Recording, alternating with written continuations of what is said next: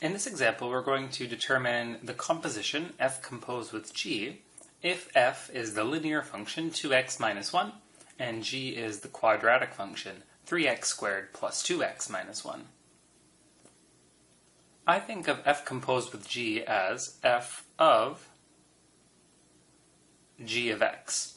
This means inside our function for f, anywhere we see x, we can actually substitute in the function g of x.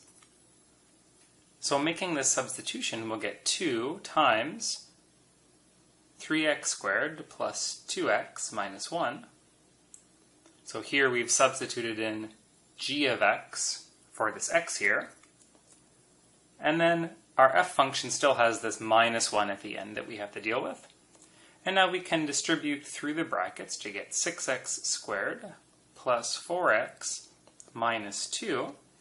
And simplifying just a little bit gives us 6x squared plus 4x minus 3. Next, let's reverse the order of our function, so we're calculating the composed function g composed with f. In this case, we can think of it as taking the function g, and everywhere we see x in our function g, we're going to put in the function f of x.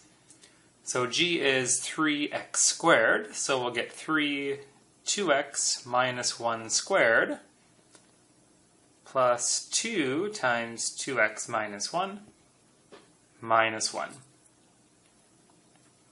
So let's go ahead and distribute through our brackets here. We're going to get 3. If we take 2x minus 1 and square it, we should get 4x squared minus 4x plus 1. And I'm going to expand through the brackets here to get 4x minus 2. And I need one more distribution here with the 3, so we should get 12x squared minus 12x plus 3. And then we're going to need to collect our like term. So it looks like we have only one x squared term, so we're going to be left with 12x squared.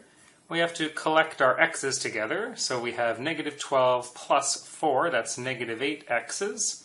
And then we have a plus 3 and a minus 3, that's going to give us 0. So here is g composed with f, 12x squared minus 8x. So one thing to notice is that the order of composition does matter. G composed with f that we calculated here is different from f composed with g that we calculated earlier.